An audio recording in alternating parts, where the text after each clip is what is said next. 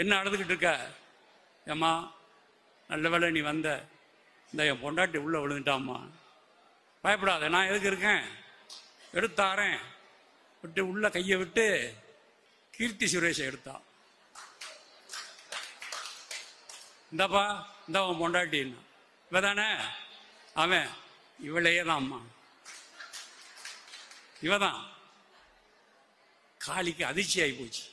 காட்டு புளி விதைய கடாயிலே தான் கருக்கி மை போல தான் அரிச்சி காப்பித்தூள் விற்கிற வல்லால கண்ட மாப்பே, உனக்கென்ன குறை, நிம்மதியா நீ உறங்கு. ஆத்து பருமணலில் அரிசியத்தான் கலந்து, ஆத்து பருமணலில் அரிசியை தாராளமாக தான் கலந்து தெருவுக்கு தெரு கடை வச்சு விற்கிற காய சித்தன் உங்க அப்பன், உனக்கென்ன குறை, நிம்மதியா நீ உறங்கு. இப்படி சமூக விஷயங்களை பிச்சைக்குட்டி தாலாட்டு பாடலை கொண்டாந்து திணிப்பார். ஏறப்பிலான் வானத்திலே பறக்குது பாரு, ஏழை கனவு போல ஒசர போய் கரையுது பாரு. பறக்குது பார் ஏறப்பிலான் வானத்து மேலே, நம்ம பொழப்பு மட்டும் கிடக்குது பார் பூமிக்கு கீழே. குனிஞ்சி நாம தேடுறது வாழ்க்கையை தானா, வயலில் வேலை செய்யும் போது கூட கனவுகள் தானா. சித்தெரும்பும் இந்த நாட்டில் சேர்ந்து வாழுது, சிறுபறவை இங்குதானே இனத்தில் சேருது. சித்தெரும்பும் இந்த நாட்டில் சேர்ந்து வாழுது, சிறுபறவை இங்குதானே இனத்தில் சேருது. எந்த நாளும் மனுஷ சாதி வாழவில்லையே, ஒற்றுமையாய் கூடி வாழ தெரியவில்லையே. எல்லோருக்கும் வணக்கம். இந்த அருமையான மேடையிலே இந்த வாய்ப்பினை நல்கிய மாவட்ட ஆட்சியர் அவர்கள், மருத்துவர் அறமையா அவர்கள், இன்னும் சாராட்சியார் உள்ளிட்ட எல்லா அதிகாரிகளுக்கும் அலுவலர்களுக்கும் நன்றியை சொல்லி, வில்லிசைவாணர் கலைமாமணி பிச்சைக்குட்டியை பற்றி இன்றைக்கு இருக்கக்கூடிய தலைமுறைக்கெல்லாம் தெரியாத அவர் பற்றி, ஒரு அருமையான கலைஞர். எல்லா கலைகளுக்கும் எல்லா எழுத்துக்கும் ஒரு திருப்பு முனை இருக்கணும், ஒரு படி உயர்த்தணும். அதுதான் எழுத்து, அதுதான் கலை. அதைத்தான் பிச்சைக்குட்டி செய்தார். உதாரணத்துக்கு ஒன்று சொல்லணும்னா, இந்த மரவெட்டி கதையெல்லாம் உங்களுக்கு தெரியும்ல. இந்த மரம் வெட்டிட்டு போய் அதை கடையில் போட்டு காசு வாங்கிட்டு கொண்டு வீட்டில் கொண்டு கொடுத்தா தான் அவன் வீட்டுக்காரி கஞ்சி ஊற்றுவான். அப்படி பண்ணிக்கிட்டு இருக்கும்போது ஒரு நாள் மரத்தை வெட்டுறான். அது நல்ல வைரம் பாஞ்ச மரம். கோடாலி வச்சு வேகமாக வெட்டும் போது அது கோடாலி துள்ளி விழுந்து போய் கிணத்துல விழுந்துருச்சு. தெரிஞ்ச கதை தான். அந்த கதையை எப்படி ஒரு மாணவர் டெவலப் பண்ணாருன்னு சொல்ல வரேன். அப்போ அந்த வைரமாஞ்ச மரத்தில் அது கோடாலிட்டு ஓங்கி போட்ட உடனே அது கிணத்துல விழுந்துருச்சு. அவன் உட்காந்து அழுதான். ஐயோ, கோடாலி எடுத்து ஒரு கோடாலியும் போச்சு, இதை வச்சு தானே விறகு வெட்டணும், அது கொண்டு விறகு வெட்டி கொடுத்தா தானே அவள் கஞ்சி ஊற்றுவா. அவன் ஒரு காளி பக்தன். உடனே காளி பிரசன்னம் ஆயிட்டா. பக்தா பக்தா ஏன் அழுகிற, என்ன விஷயம்? ஏம்மா இந்த மாதிரி கோடாலி உள்ள விழுந்துச்சுமா, என் பொழப்பு போச்சு, நான் என்ன செய்ய? பயப்படாத, நான் எதுக்கு இருக்கேன். கிணத்துக்குள்ள கையை விட்டு தங்க கோடாலியை எடுத்தா. இந்தா, இதான உன் கோடாலி? இது என் கோடாலி இல்லைம்மா. அப்படியா? படையவிடி உள்ள கையை விட்டு வெள்ளி கோடாலியை எடுத்தா. ஏம்மா இது என் கோடாலி இல்லை. மூணாவதா கையை விட்டு அவன் கோடாலி மரக்கோடாலி எடுத்த உடனே இதுதாம்மா என் கோடாலி அப்படின்னு காளிக்கு சந்தோஷம். நம்ம பக்தன் எவ்வளவு யோக்கியமா இருக்கான். இந்த ஐயா உன் யோக்கியதாம் சித்தை மெச்சி இந்த மூணு இதையே கொண்டு போ அப்படின்ட்டு அனுப்பி விட்டான். அவன் கோடாலியை கொண்டு போய் வீட்டில் கொடுத்தான். அவன் பொண்டாட்டி சந்தோஷப்படுவான்னு பார்த்தா அவன் எரிமலையாக கொதிக்கா. அட நாசமாக போனவனு, காளி வந்து கேட்டிருக்கா என்ன, இதைத்தான் வாங்குவியா? நிலம் கேட்கலாம், நீச்சி கேட்கலாம், வீடு கேட்கலாம், என்னென்ன வரம் கேட்கலாம். போய் இந்த கோடாளி, தங்க கோடாளி, அட மூதேவி மூதேவி வா, எங்க இருந்தா காளி வா அப்படி சொல்லி பழையபடி இழுத்துட்டு வந்து, எந்த கிணத்துக்கிட்ட இருந்தா? இந்த கிணத்துக்கிட்டியா, இந்த அந்த கிணத்துக்கிட்டியா, இந்த கிணத்துக்கிட்டியானா அவ கிணத்துல விழுந்துட்டா. ஐயோ, இருந்த ஒரு பொண்டாட்டியும் கஞ்சி காய்ச்சி வச்சுக்கிருந்தவள் உள்ள விழுந்துட்டாலே நம்ம என்ன செய்ய கடைசி காலத்துலன்னு சொல்லி பழையபடி உட்காந்து அழுதான்.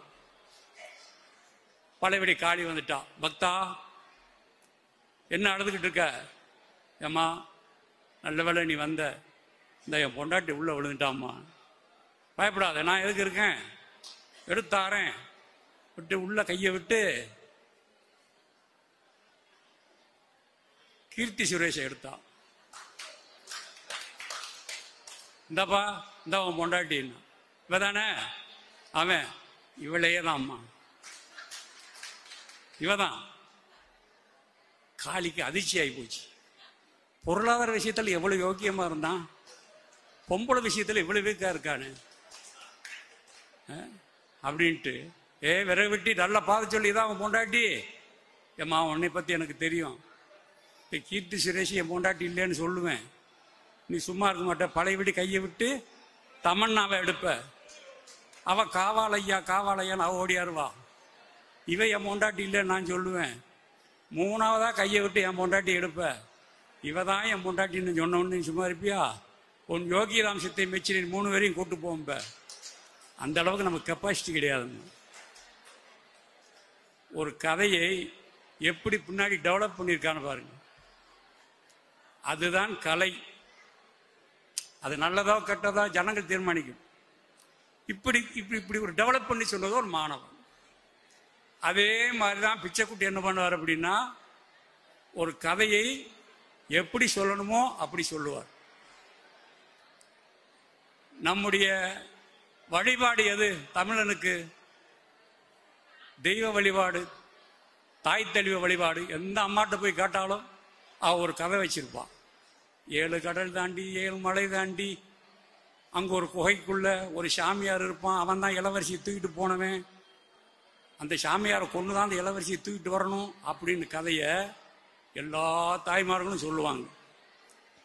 எல்லா பிள்ளைகளும் பரீசியா அந்த கதையை கேட்காம இருக்காது. அவளும் அது எழுந்து சொல்லிக்கிட்டே இருக்கா.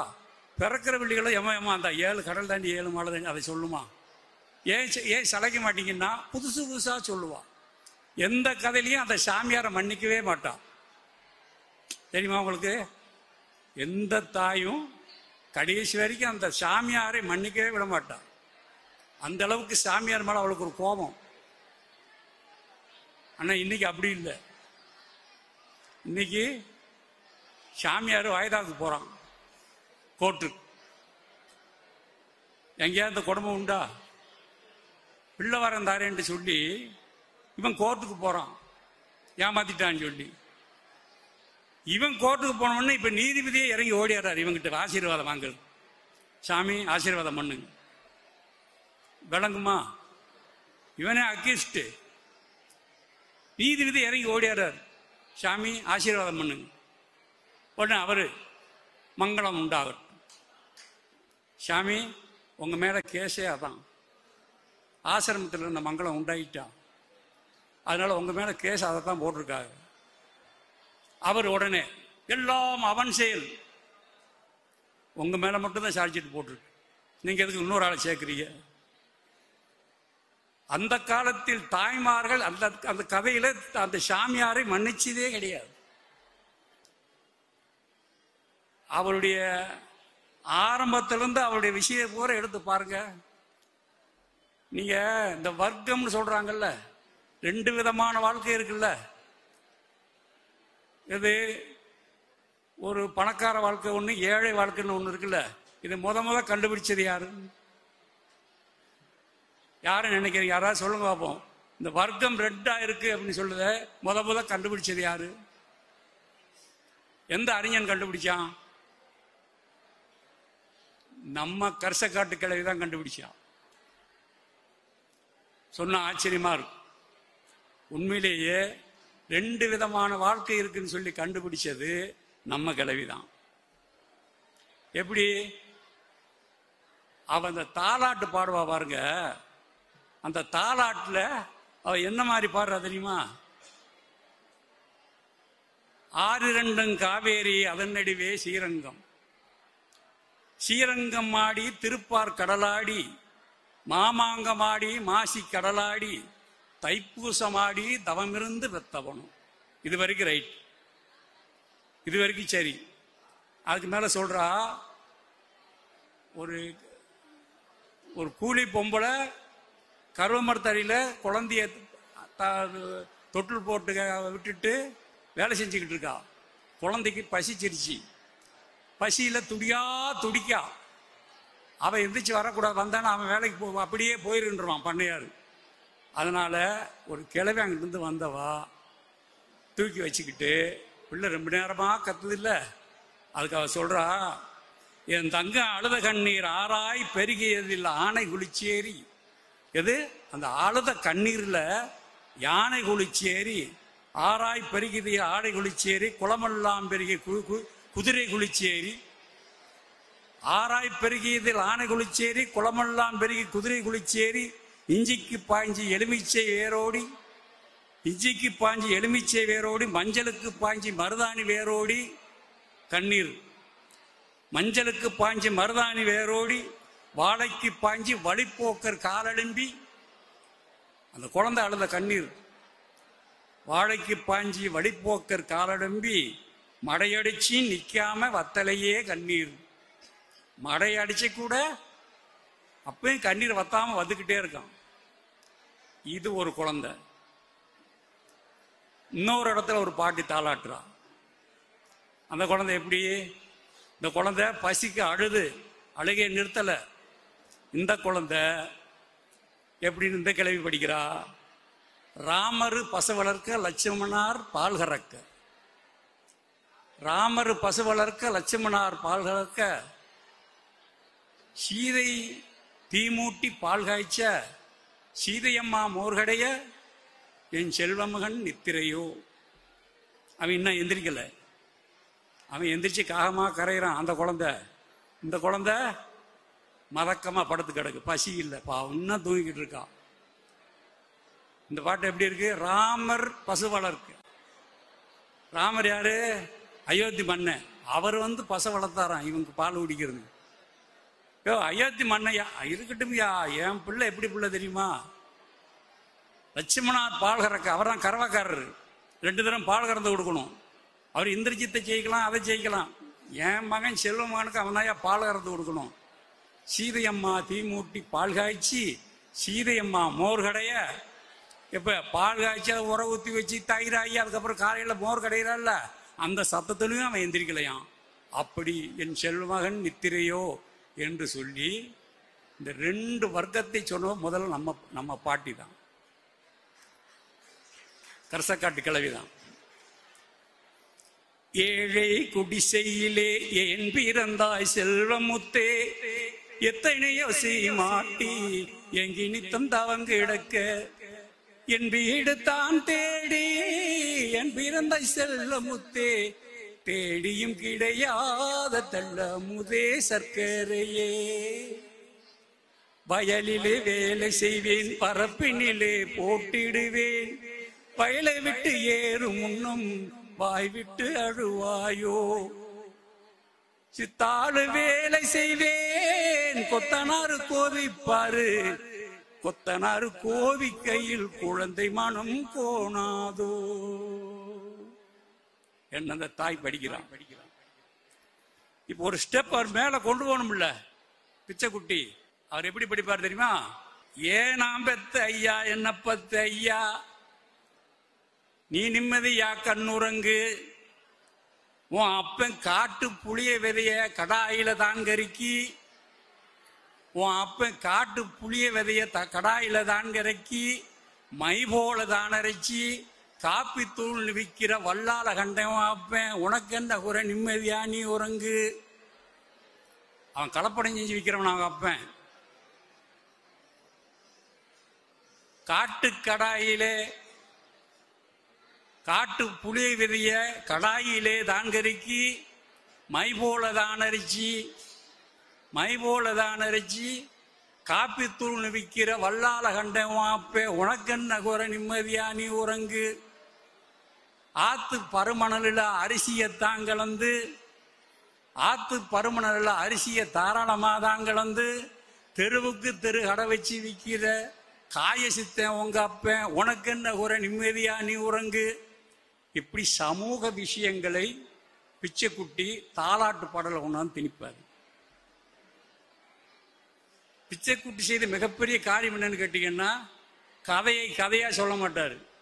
அந்த கதையிலே அப்பப்போ இருக்கக்கூடிய அரசியல் சமூக விஷயங்களை எப்படி சொல்றது அப்படி சொல்லி அந்த கதையை நமக்கு விளக்குவார். அதுதான் பிச்சைக்குட்டி. ஒரு திருப்பமுனை வில்லுப்பாட்டில் இல்லைன்னா இருந்ததை இருந்தபடியே படிச்சுக்கிட்டு இருந்தாங்க. இவர் ஒவ்வொரு கதையிலையும் ஒரு திருப்பமுனை ஏற்படுத்தினார். அவர் என்ன பண்ணுவார் தெரியுமா? இப்போ பெண் அலங்காரம் இப்படி இப்ப முன்னாடி எல்லாம் பெண் சிங்காரிக்கிறாங்க அப்படின்னா ஊரே போய் பார்த்துட்டு வருவாங்க. என்னத்தா நீ போய் பார்த்துட்டு வந்துட்டியா, நீ போய் பார்த்துட்டு வந்துட்டா அப்படின்னா நல்லா சிங்காரிச்சு வச்சிருக்கா போய் பார்த்துட்டு வா அப்படின்னு பெண்ணை சிங்காரிச்சு வச்சதை பார்க்கறதுக்கு ஒரு கூட்டம் போய்கிட்டும் வந்துக்கிட்டும் இருக்கும். முதல் நாள் பெண்ணை சிங்காரிக்கிறத பார்க்கறது அது ஒரு அபூர்வமான காலம். நான்லாம் முன்னாடி நான் +2 SSLC படித்து முடித்த உடனே இந்த ரேடியோ செட்டு போட்டுக்கிட்டு இருந்தேன். நீங்கள் சொன்ன அந்த சம்பவத்தை சொன்னால் நம்ப மாட்டீங்க. ரேடியோ செட்டு போட்டுக்கிட்டு இருக்கும்போது 9 மணிக்கு பெண் வந்துருச்சு. பெண் வந்தா அப்போ அந்த மணமகளே மருமகளே வா வான்னு பாட்டு இருக்குல்ல, அந்த பாட்டெல்லாம் அந்த பெண்களுக்கு மிகப்பெரிய கனவு. இந்த பாட்டை நம்ம வீட்டில் எப்போ படிக்கும், நாம் எப்போ போய் மாப்பிள்ளை வீட்டில் போய் நிற்க இந்த பாட்டு போட, அந்த காலம் எப்போ வரும்னு சொல்லி ஒவ்வொரு பொண்ணும் நினைப்பா. அது ஒரு காலத்தில் அவர் தவம் இருக்கும் பெண்கள் எல்லாம். 9 மணிக்கு பெண் வந்துச்சு, ரிக்கார்டை பார்க்க ரிக்கார்டை காணோம். ஐயோ ரிக்கார்டை காணமே, ரிக்கார்டை காணோம் என்ன செய்யணும், அந்த கண்டியாபுரத்தில் இருக்கப்போ போய் வாங்கிட்டு வாப்பா அப்படின்னு. அதுக்கப்புறம் சைக்கிள் எடுத்துட்டு போய் எங்கள் சைக்கிள் தான் அப்போ கண்டியாபுரத்தில் கேட்டா இப்போ தான் 7:30 மணிக்கு வாங்கிட்டு போயிட்டாங்கன்னா, 7:30 மணிக்கு வாங்கிட்டு போனவன் மைப்பாரி கொண்டு போயிட்டாங்கன்ட்டான் இந்த ரிக்கார்டுக்கு. நீங்கள் நம்ப மாட்டீங்க, காலையில் 3 மணிக்கு அந்த ரிக்கார்டை வாங்கி கொண்டாந்து 3 மணிக்கு போடுறேன். அந்த பொண்ணு இருக்கல்ல கொஞ்சம் கூட வருத்தப்படலையா, துள்ளி குதிச்சு ஓடுற சந்தோஷமா இந்த ரிக்கார்டு வந்துருச்சுன்னு. கூட வந்த ஆளுகளும் ஒன்றும் சொல்லலை, ரிக்கார்டு வந்துருச்சா நல்ல வேலை வந்துருச்சு அப்படின்ட்டு 9 மணிக்கு வாசப்படியில் நின்னவங்க 3 மணிக்கு உள்ள போறாங்க. அது ஒரு காலம். சாதனையா நிக்கிறாங்க, அந்த பாட்டு இல்லாம போக மாட்டோம் உள்ள அப்படின்னு. 3 மணி ஆச்சேன்னு யாரும் கோபம் படலை, அது வந்ததே பெரிய விஷயம் அப்படின்னு. அவர்கிட்ட இருக்கக்கூடிய என்னன்னு கேட்டீங்கன்னா 3 மணி நேரம் நிகழ்ச்சி பண்ணுவார் பிச்சைக்குட்டி. பெண்களுக்கு எது முக்கியமான இடம்னு பார்ப்பார். பெண்களை உட்கார்ந்துருக்கிற பெண்களை திருப்திப்படுத்தணும்னா எதை சொல்லி திருப்திப்படுத்தலாம்னா 3 மணி நேரத்தில் 1 மணி நேரம் பெண் சிங்காரிக்கிறத வச்சு சொல்லுவார். பெண் சிங்காரிக்கிறது படிப்பார். அவ்வளவு அருமையாக படிப்பார். எனக்கு பெருசாக ஞாபகம் இல்லை, ஞாபகம் இருக்கிற வரைக்கும் படிக்கும். ராமாயணத்தில் ராமருக்கு சீதைக்கு கல்யாணம் நடக்குது. அப்போ சீதைக்கு அலங்கரிக்காங்க. சீதைக்கு அலங்கரிக்கிறத படிக்கிறார். இந்த அலங்கரிக்கிறத படிக்கிறதுக்கு அவர் எல்லா விஷயங்களும் சொல்லுவார். பெண்ணு சிங்காரிக்கிறது எப்படி இருக்கும், தாயுமா என்னென்ன மாதிரி சிங்காரிப்பாங்க செய்வாங்கங்கிற வரிசையாக சொல்லுவார். சொல்லிட்டு சீதை எப்படி அலங்கரிச்சாங்க அப்படிங்கிறத சொல்லி வருவார். பாவை சீதை உடுத்தும் பாவாடை பல பல கலராம், பூக்கள் வித மலராம். பாவை சீதை உடுத்தும் பாவாடை பல பல கலராம், பூக்கள் வித மலராம். அந்த பாவுக்கு வெண்பட்டு உடுக்கு பூச்சி நூல் பல வண்ணமான கலர்கள் பூச்செண்டு. பாவை சீதை உடுத்தும் பாவாடை பல பல கலராம், பூக்கள் வித மலராம். கட்டம் தங்கச்சரிகை பட்டும் இளங்கிடப்பார், நல்ல பட்டு துளங்கிய சேர். கட்டம் தங்கச்சரிகை பொட்டும் இளங்கிடப்பார், நல்ல பட்டு துளங்கிய சேர். அந்த கட்டி வரும் அது எட்டி நடந்திட சுற்றி அனைவரும் தொட்டுமே பார்த்திட பாவை சீதை உடுத்தும் பாவாடை பல பல கலராம் பூக்கள் விதவித மலராம் கழுத்தில் ஆரம் பதித்த முத்து கடக கங்கணமாம் கழுத்தில் ஆரம் பதித்த முத்து கடக கங்கணமாம் நல்ல காணத்தினமாம் அந்த காப்புடன் கொலுசு கங்கண தினுசு மூக்கு புல்லாக்குரு மோகன தினுசு அந்த காப்புடன் கொலுசு மூக்கு புல்லாக்குரு மோகன தினுசு பாவை சீதை உடுத்தும் பாவாடை பல பல கலராம் பூக்கள் விதவித மலராம்.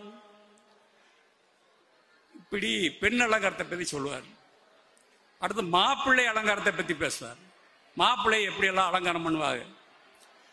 தங்கம் முத்துச்சார பழியாம் ஜரிகை வெள்ளம் வெட்டாம் அவர் இடையில் பச்சைப்பட்டாம் தங்கம் முத்துச்சார பழியாம் ஜரிகை வெள்ளம் வெட்டாம் அவர் இடையில் பச்சைப்பட்டாம் நல்ல மாங்க பாதைக்கமும் மதுர கண்டிகை ஏலம்பூரத்தினும் இழைத்த மோதிரும் தங்கம் முத்துச்சார பழியாம் ஜரிகை வெள்ள வெட்டாம் அவர் இடையில் பச்சைப்பட்டாம் கல்பதித்த மோதிரமாம் கடுக்கன் வெட்டாப்பு அதிலே மேலொரு ஏத்தாப்பு கல்பதித்த மோதிரமாம் கடுக்கன் வெட்டாப்பு அதிலே மேலொரு ஏத்தாப்பு நல்ல கடக கங்கண சவர பொன்மணிமை கடக கங்கண சவர பொன்மணி புதுமை சிவப்பு மகினர் சங்கிலி தங்கம் முத்துச்சார பழியாம் ஜரிகை வெள்ள வெட்டாம் அவர் இடையில் பச்சைப்பட்டாம் அள்ளிவிட்டு தேமலிலே அழகு சந்தனமாம் கழுத்தில் மாலை ரத்தினமாம் அள்ளிவிட்டு தேமலிலே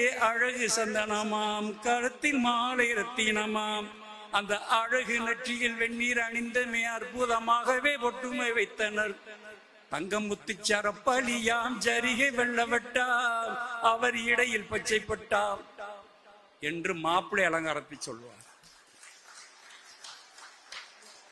இப்படி சமூகத்தில் நடக்கக்கூடிய சமூக விஷயங்களை, அரசியல் விவகாரங்களை, நம்ம வீட்டில் நடக்கக்கூடிய விஷயங்களை எல்லாவற்றையும் இல்லுப்பாட்டில் கொண்டாந்து இணைச்சி ஒரு 3 மணி நேரம் நம்மளை எங்கேயும் அசைய விட மாட்டார்.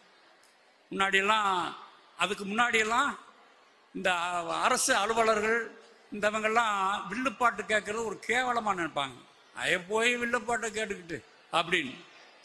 இவர் வந்த பிறகுதான் வில்லுப்பாட்டு கேட்கறது அது அறிவுக்கான வேலை. அவர் தான் எல்லா விஷயங்களையும் சொல்றாரு. நம்முடைய பூர்வீக விஷயங்களெல்லாம் சொல்றார். நம்ம தாய் வழிபாடு அது அவர் சொல்லும் போது கேட்கணும். நம்ம படையெடுத்து வரும்போது நீர்நிலைகளை அழிக்கிறதுக்கும் நம்ம கால்நடைகளுக்கு பத்திட்டு போறதுக்கும் வெளியிருந்து வருவான். அவங்களெல்லாம் ஜெயிச்சது, போரிலே ஜெயிச்சு அந்த குழுவை காப்பாத்துறது பெண்கள். அதனாலதான் பெண்கள், பெண் தெய்வங்கள் எல்லாமே மேற்கு நோக்கி இருக்கும். பெண் கோவில்கள் போறோம் பாருங்க, எல்லாமே மேற்கு நோக்கி இருக்கும். அதை அவ்வளவு அற்புதமாக அந்த வரலாற்றை சொல்லி வருவார். எப்படி பெண் கோவில்கள்லாம் மேற்கு நோக்கி இருக்கு, எதற்காக இருக்கு அப்படிங்கிறதெல்லாம் அவ்வளவு அழகாக சொல்லி வருவார். பெண்மையை மதிக்கணும். பெண்ணடிமைத்தனத்தை பாரதியாரை விட இன்னும் ஒரு மடங்கு கூட சொல்லுவாருங்க. அவர் பாரதியார் கவிதையில் தான் சொல்லியிருக்காரு.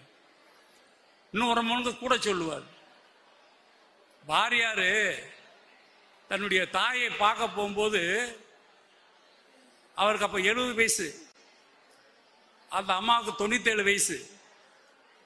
தன்னுடைய தாயை பார்க்க போகும்போது நெடுஞ்சான கீழே விழுந்துதான் கும்பிடுவாராம். அந்த அம்மாவுக்கு கண்ணு தெரியாது. அந்த அம்மாவுக்கு கண்ணு தெரியாதுல்ல, இவர்கிட்ட பேசாம இருக்க வேண்டியதுன்னு. கண்ணு தெரியாட்டாலும் அந்த அம்மாவை பார்த்தவுடன் நெடுஞ்சாயில கீழே விழுந்துதான் கும்பிடுவார். நீங்க நினைப்பீங்க, இப்போ வாரியார் நெடுஞ்சாயில கீழே வந்துட்டு எந்திரிக்க முடியுமா? வாரியாரை பார்த்துருக்கிறது தெரியும் நல்லா. கீழே நெடுஞ்சாயில விழுந்துட்டு அவரை எந்திரிக்க முடியாது. 2 ஆள் அங்கிட்டு வச்சிருப்பாரு தூக்கி விடுறதுக்கு. கூடிய கூட்டு போவார். 2 ஆளுக்கு தூக்கி விடுவாங்க. அவரை தூக்கி விட்டு எந்திரிச்ச உடனே அந்த அம்மாவுக்கு முன்னாடி நிறுத்தணும்னா அந்த அம்மா தடையை பார்க்கும். பிள்ளைய தடையை பார்த்துட்டு அந்த அம்மா ஒல்லியா இருக்கும். அவரை தடையை பார்த்துட்டு அந்த அம்மா சொல்லும், துரும்பா இழைச்சிட்டியாப்பா, நல்லா சாப்பிட மாட்டியா, இப்படி நல்லா சாப்பிட வேண்டாமா அப்படின்ட்டு வயிறை தடவுமா. இப்படி வயிற்றுல ஒன்றுமே கொடேர்னு கிடக்க வயிறு, குடலை வெள்ளாவிக்கு போட்டியா, இப்படி இருக்கப்பா வயிறு என்று சொல்லி அந்த அம்மா சொல்லுவான். நமக்கு தான் ஒரு வாரியார் சுவாமிகள், அந்த அம்மாவுக்கு பிள்ளை தானே, அந்த அம்மாவுக்கு பிள்ளை தானே.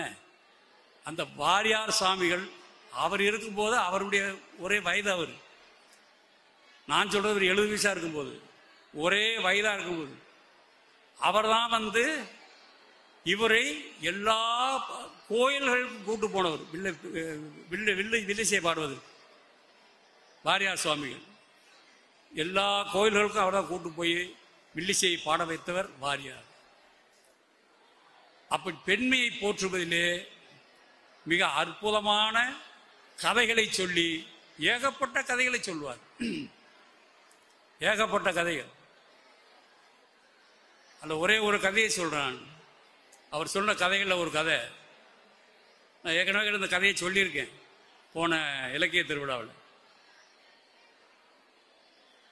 ஒரு மன்னன் அவன் ஒரு துறவி வரும்போது அவரை மதிக்காம இருந்துட்டான். மதிக்கிற துறவிய உடனே துறவி சாபம் போட்டான். நான் வரும்போது நீ என்னை மதிக்காதனால நீ இந்த 1ஆம் தேதியிலிருந்து பண்ணியா போயிடுவேன்னு சாபம் போட்டான். சொல்லிட்டான், போயிட்டான். போனப்புறம் இவருக்கு நிதானம் வந்திருக்கு. அடாடா, நம்ம கவனிக்காம விட்டுட்டோமே, துறவி நம்மளை இப்படி சாபம் போட்டாரு, பண்ணியா போவேன்னு சொல்லிட்டாரு அப்படின்னு சொல்லி நாள் நெருங்கிட்டே இருக்கு. மகனை கூப்பிட்டாரு, ரே இந்த துறவி இப்படி என்னை சவிச்சிட்டு போயிட்டான், இந்த 1ஆம் தேதி நான் பண்ணியா போயிடுவேன், நான் பண்ணியா போய் இந்த உலகத்தில் இருக்கணுமா, ஒரு ராஜாவாக இருந்தவன், அதனால நீ என்னை பார்த்து 1ஆம் தேதி பண்ணியானவன்னு வந்து வெட்டிடு, என்னைய வெட்டி கொண்டு ஓடுணும். அவன் அடுத்தாப்புல இவன் பட்டத்துக்கு வந்தனால இவன் சந்தோஷமா, சரிப்பா நீ பண்ணியானவன வந்து வெட்டிடுறேன் அப்படின்ட்டு. 1ஆம் தேதி வந்தது. அப்பனை தேடி போனான், அருள் எடுத்துட்டு வருவன்னு போனான். பண்ணி உருன்னுக்கிட்டு இருந்தது, ராஜா பண்ணி. ஓங்கி வெட்ட போனான். ஏய் நிறுத்துடா நிறுத்துடா, பண்ணி ஆனது ஆயிட்டேன், என்னை உடனே வெட்டி என்ன செய்ய போற, ஒரு வாரம் கழிச்சு வா, அது வரைக்கும் இந்த இது எப்படி இருக்குன்னு நான் பார்த்துக்கிறேன். அப்படியா, சரி 1 வாரம் கழிச்சு வரேன்ட்டு போயிட்டான். போயிட்டு 1 வாரம் கழிச்சு திருப்பி வந்தான். எப்பா வெட்ட போறேன்னா, அப்போ அந்த பண்ணிக்கு பக்கத்தில் இன்னொரு பண்ணி நின்றுக்கிட்டு இருந்துச்சு. ஒரு பெண் பண்ணி, அடே உங்க சின்னாத்தா காதலித்தோம் கட்டுண்டோம், காலம் வந்தது என் கூட வச்சுக்கிட்டேன், அதனால இந்த வாழ்க்கை எப்படி இருக்கு நான் பார்த்துக்கிறேன். அப்படியா, சரி இப்போ எப்போ வர, போடா இன்னும் ஒரு 2 மாதம் கழிச்சு வாடா. சரிப்பான்ட்டு போயிட்டான். ஒரு 2 மாதம் கழிச்சு வந்தான். எப்பா வெட்ட போறேன்னா, உன் சின்னத்தான் மாசமா இருக்கா, நீ வெட்டினா பண்ணி ஹஸ்தி வந்து உன்னை சேர்ந்துடும், நரகத்துக்கு தான் நீ போவ, மாசமா இருக்கிறவன் சின்னத்தா வெட்டினான், போப்பா. அப்போ இப்போத்தானே உன்னை வந்து வெட்ட, போடணும் ஒரு 10 மாதம் கழிச்சு வாடான்னு. சரிகிட்ட போயிட்டான். 10 மாதம் கழிச்சு வந்தான். இந்த பெண் பண்ணி ஒரு 10 குட்டி போட்டு பால் கொடுத்துக்கிட்டு இருக்கு. இந்த ராஜா பண்ணி தூரத்தில் உட்காந்து ரசிச்சுக்கிட்டு இருக்கு. நீ வேகமாக போய் வெட்ட போனான். இலை உன் வாட்டுக்கு உன் வேலையை பாடுறா, என் பாட்டு நான் என் வேலையை பார்க்க, உனக்கு ஏதாவது இடைஞ்சலா, நீ ராஜா ஆயிட்டி இல்லை, போடா. இல்லைப்பா என்னை எல்லாரும் கேவலமாக பேசுகிறாங்க, பேசாமல் போறேனடா பண்டிப்பாய உள்ள, ஒழுங்கா போறியா இல்லையா, நான் என் பாட்டில் என் குடும்பத்தோடு இருக்கேனே, நீ உன் வேலையை பார்க்க வேண்டியதுடா. இல்லைப்பா எனக்கு கேவலமாக இருக்கு, கேவலம் இருந்தால் நீ போய் சாகுடா, போடா. கண்ணதாசன் சொல்வாரா இல்லையா, அது அப்பயே சொல்லிட்டாரு, இதுவே சுகம் என்று எண்ணிவிட்டால் போதும் அதுவே சுகமாயிடும்.